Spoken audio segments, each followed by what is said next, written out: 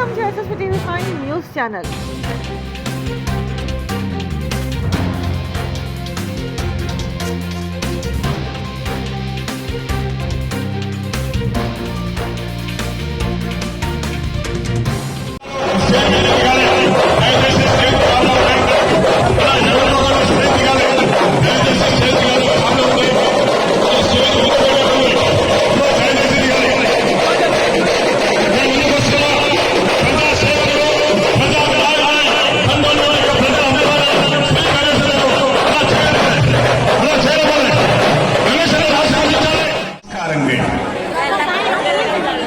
My dear friends,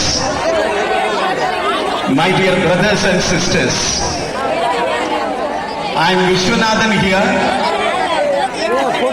I am a former member of parliament, as well as I am a former director of State Bank of India. Now I am in charge secretary Kerala and Lakshadweep. Now All India Congress Committee appointed me as a special secretary, advisor, observer in this parliament constituency as well as cantonment assembly segment also. Tamil பேசலாமா? Okay. நண்பர்களே, நீங்கள் எல்லாம் ஆவலோடு உங்களுடைய அபிமானத்துக்குரிய முதலமைச்சர் Honorable respected RRR Mr. Ravindra Reddy Garu at any moment come to be here. The same time, our beloved parliament candidate, respected women leader Sunita also contested here. The same time,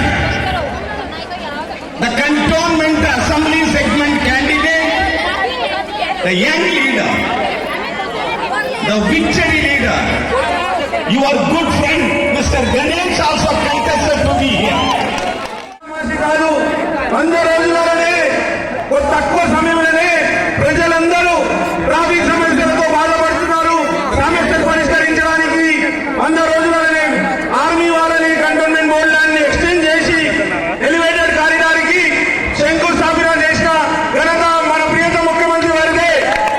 ఏ విధంగా అయితే traffic సమస్యల గురించి cantonment బోర్డులను ఆర్మీలను extend చేశారో అదే మాదిరిగా మనము మన ప్రజలందరూ ఎవరైతే cantonment land, defence land, aviation land ఉన్న వాళ్ళ ల్యాండ్ కూడా ఎక్స్టెండ్ చేసి మీకు పట్టాలు ఇచ్చే అవి మన ముఖ్యమంత్రి గారు ఖచ్చితంగా చేస్తారని సభాముఖంగా మేమందరం నమ్ముతున్నాం. వారు మన ఎంపీగా ఉండే మన స్థానిక సమస్యలన్నీ తెలుసు, మన పరిస్థితులంతా తెలుసు. మనకి ఈ రోజు చాలా సంతోషకరమైన రోజు. ఎందుకంటే మన ఎంపీ గారే మన ముఖ్యమంత్రి గారు మనకు ప్రజాపాలన అందిస్తున్నారు. గతంలో ఎప్పుడు కూడా ఒక సీఎంని చూడాలంటే టీవీలను చూస్తుండే, పేపర్లను చూస్తుండే, మంత్రిని కలవడం కానీ ఎమ్మెల్యేలు కలవడం కానీ అసాధ్యం ఉండే. ఈ రోజు మన కంటోన్మెంట్ నుంచి చిన్న చిన్న నాయకుల నుంచి స్థానిక ప్రజలందరూ ఎవరైనా ఈజీగా కలగలుగుతారు, ఎవరితోటైనా మాట్లాడగలి సీఎం అంటే అది ఎవరు? మన ముఖ్యమంత్రి స్థానికుడైతే ఎలా ఉండాలి? మన ముఖ్యమంత్రి లాగా ఉండాలి. మనకు ఎన్నో సంవత్సరాల నుంచి ఏదైతే సమస్యలు ఉన్నాయో ఆ సమస్యలన్నీ మన ముఖ్యమంత్రి గారికి తెలుసు. నేను కూడా వారికి తెలిసినా కూడా ప్రజల పక్షం నుంచి అన్నా ఇలా నీళ్ళ కష్టం ఉంది, నీళ్ళ కష్టం తీర్చడానికి మీరు కృషి చేస్తారు. పట్టాల గురించి మీరు కూడా హెల్ప్ చేస్తారు. ముఖ్యంగా కంటోన్మెంట్ బోర్డుని మర్జర్ చేస్తే సర్వ రోడ్ల నివారణ అవుతుందని సాధ్యం కాదు. మిగతా విషయాలని పెద్దలు మాట్లాడుతుంది. అందరికీ ధన్యవాదాలు. ఇప్పుడు మన పార్లమెంట్ అభ్యర్థి సునీతమ్మ గారిని మాట్లాడాల్సిన కోరుతున్నాను. మన పేదల పెళ్లిని మన గౌరవ రేవంత్ రెడ్డి అన్న గారికి, క్యాండిడేట్ గణేష్ గారికి, మన మాజీ మంత్రి ఎమ్మెల్సీ మహేందర్ రెడ్డి గారికి, ఇన్ఛార్జ్ మైనంపల్లి మాజీ ఎమ్మెల్యే హనుమంతరావు గారికి, వెన్నెల గారికి, అయూబ్ ఖాన్ గారికి, సంజీవ్ రెడ్డి గారికి, ఇక్కడ ఉన్న వేదిక పైన పెద్దలందరికీ, ఇక్కడ ఉన్న నాతోటి మహిళా సోదరులందరికీ, సీనియర్ నాయకులకు, కార్యకర్తలకి, ప్రింట్ అండ్ ఎలక్ట్రానిక్ మీడియా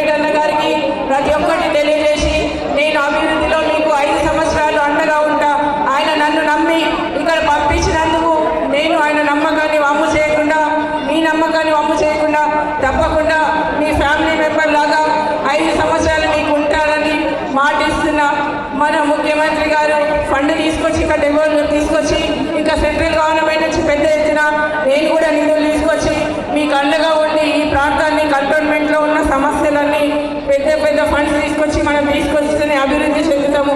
లేకపోతే మళ్ళీ 10 సంవత్సరాలు వెనుకబడిపోతాం. కాబట్టి అందరూ ఎవరెన్ని చెప్పినా వినొద్దు. బీజేపీ వాళ్ళు మీకు గెలిస్తే అపాయింట్మెంట్స్తోనే సరిపోతుంది తప్ప ప్రజలలో ఉండరు. కాబట్టి ఎవరైనా చెప్పినా వినకుండా మీరు మాత్రం కాంగ్రెస్ గుర్తుకి మీ అమూల్యమైన ఓటుని హస్తం గుర్తు కోటేసి నన్ను గెలిపించాలని కోరుతున్నాను. ఈ అవకాశం ఇచ్చిన మీ అందరికీ నమస్కారం తెలియజేస్తూ జై కాంగ్రెస్.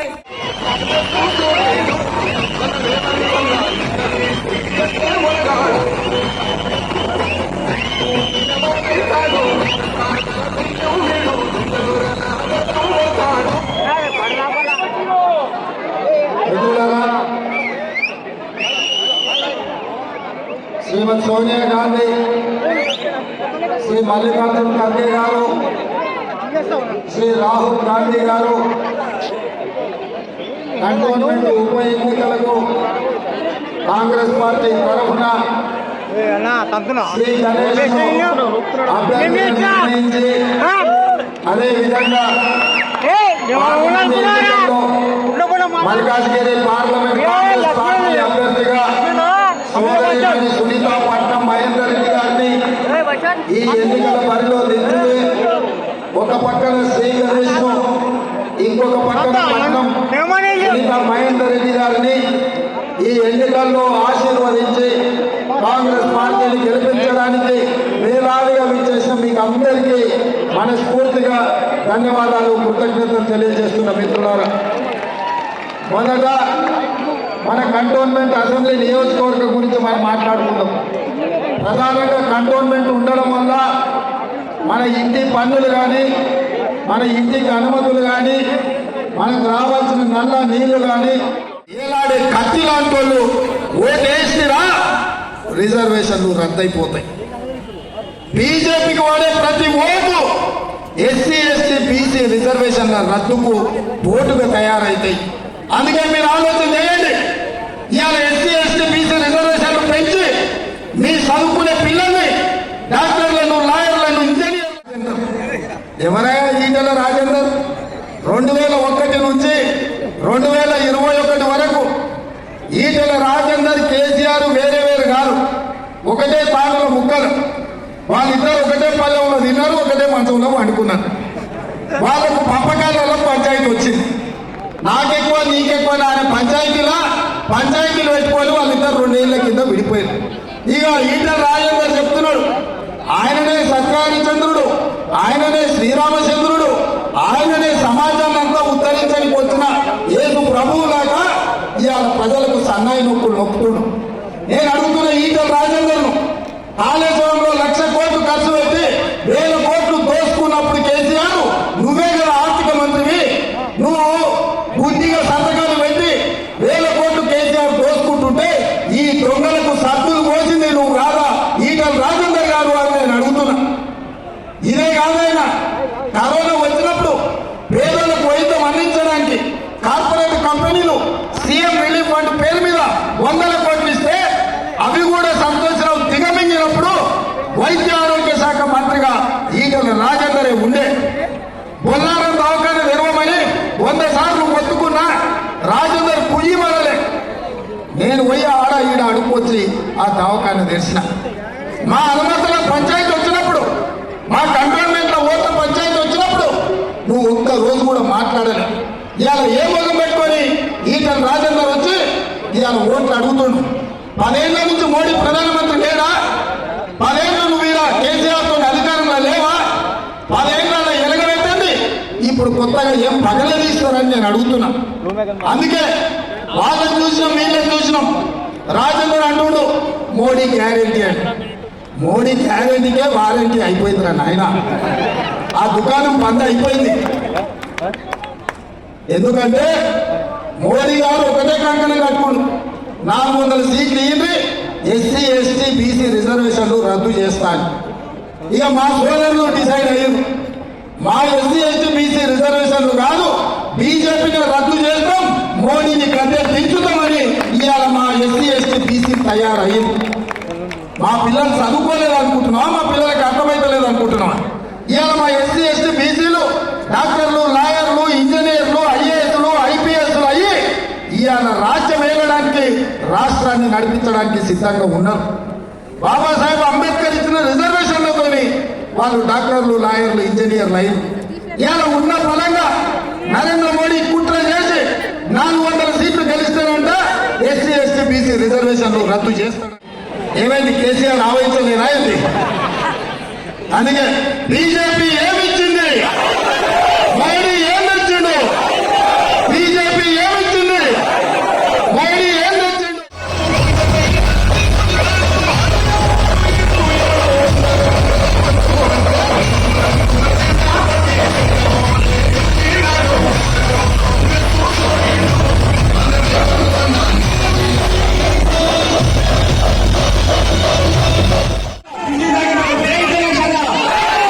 ఇప్పుడు మీ అందరికీ ఎంతో ఇష్టమైన మీ కుటుంబ సభ్యుడు మన గణేష్ గారితో మాట్లాడతారు. ఒక 5 నిమిషాలు ప్రశాంతంగా వినగలరు. ప్రియతమ నాయకులు, కంటోన్మెంట్ చరిత్రలో ఎప్పుడు కని విని ఎరగని విధంగా మనకు ఎన్నో సంవత్సరాల నుంచి ట్రాఫిక్ సమస్యలు ఉంటే ఆ సమస్యలు పరిష్కారం ఎవరు చేయలేదు. ఇప్పటిదాకా చరిత్రలో ఎవరు కూడా సుమారు 200 ఎకరాలు cantonment board land, army land exchange భూబదలాయింపు చేసి మన ట్రాఫిక్ సమస్య పరిష్కరించడానికి మన సికింద్రాబాద్ క్లబ్ నుంచి కరీంనగర్ వెళ్ళే దారి కానీ, సికింద్రాబాద్ క్లబ్ నుంచి మన నిజామాబాద్ వెళ్ళే దారి, బోయిపల్లి నుంచి వెళ్ళే దారి ఎలివేటెడ్ కారిడార్ శంకుస్థాపన చేసి ఈ ఆర్మీ వాళ్ళని, కంటోన్మెంట్ బోర్డు వాళ్ళని తో ఒప్పించి మనకు ఆ శంకుస్థాపన చేసిన ఘనత మన గౌరవ ముఖ్యమంత్రి వారు అనుమూల రేవంత్ రెడ్డి అన్న గారికి దక్కుతుంది. ఈ రోజు వారికి మన మీద ప్రేమతో మన కంటోన్మెంట్ కాన్స్టిట్యున్సీకి 2వ సారి వస్తున్నారు. వారు మనం వచ్చినప్పుడు మనకు మన సమస్యల గురించి మనం ఎంత బాధపడుతున్నామో మనకన్నా ఎక్కువ వారికి మన ఎంపీగా ఉన్నారు కాబట్టి మన ముఖ్యమంత్రి అయిన రోజు మన శ్రామిక సమస్యలు, మన ఇబ్బందులన్నీ అవగాహన ఉంది. ప్రతి గల్లీ నేను తిరిగినా ఈ రోజుల నుంచి మీరు ఏదైతే సమస్యలతో బాధపడుతున్నారో ప్రతి సమస్యలు పరిష్కరించి మీకు కూడా మంచిగా మీరు కోరుకున్న విధంగా ఉండే విధంగా కృషి చేస్తారని వారు హామీ ఇవ్వడానికి మొన్న కూడా వచ్చి హామీ ఇచ్చారు. మీకు చాలా మందికి తెలుసు, గతంలో కంటోన్మెంట్ కాన్స్టిట్యున్సీకి ఎలక్షన్ ముందు ఇచ్చిన హామీలు ఏది కూడా నెరవేర్చలేదు. మనం ఎన్నో సంవత్సరాల నుంచి సైబాబాద్ కావచ్చు, 108 బజార్ కావచ్చు, చిన్న కమలే కావచ్చు, సెంట్రల్ బేటరీ, మన మట్కోడి పుష వాళ్ళు, అన్నానగర్ వాళ్ళు, చాలా మంది ఏవియేషన్ ల్యాండ్ లో, డిఫెన్స్ ల్యాండ్ లో ఉంటున్న వాళ్ళు పట్టాలు కావాలని, పట్టాల గురించి ఎదురు చేస్తున్నా ఏనాడు ఎవరు కూడా పట్టించుకోలేదు. కానీ ఈ రోజు మన ముఖ్యమంత్రి గారు చరిత్రలో ఎప్పుడు జరగని విధంగా cantonment board land, army land board extend చేశారు. అదే మాదిరిగా అది రోడ్డు వెళ్లే వారికి చేశారు. ఇప్పుడు మీరందరూ బతకడానికి, ఉండడానికి మీరందరూ ఇక్కడ నివసిస్తున్నారు ఈ డిఫెన్స్ ల్యాండ్ లో, ఏవియేషన్ ల్యాండ్ లో. మీకు కూడా ఖచ్చితంగా మన ముఖ్యమంత్రి గారు పట్టాలు ఇప్పిస్తారు. పట్టాలు ఖచ్చితంగా ఇప్పిస్తారు. వారందరినీ ఒక నమ్మకం, వారి మాట ఇచ్చినట్టే మాట తప్పరు.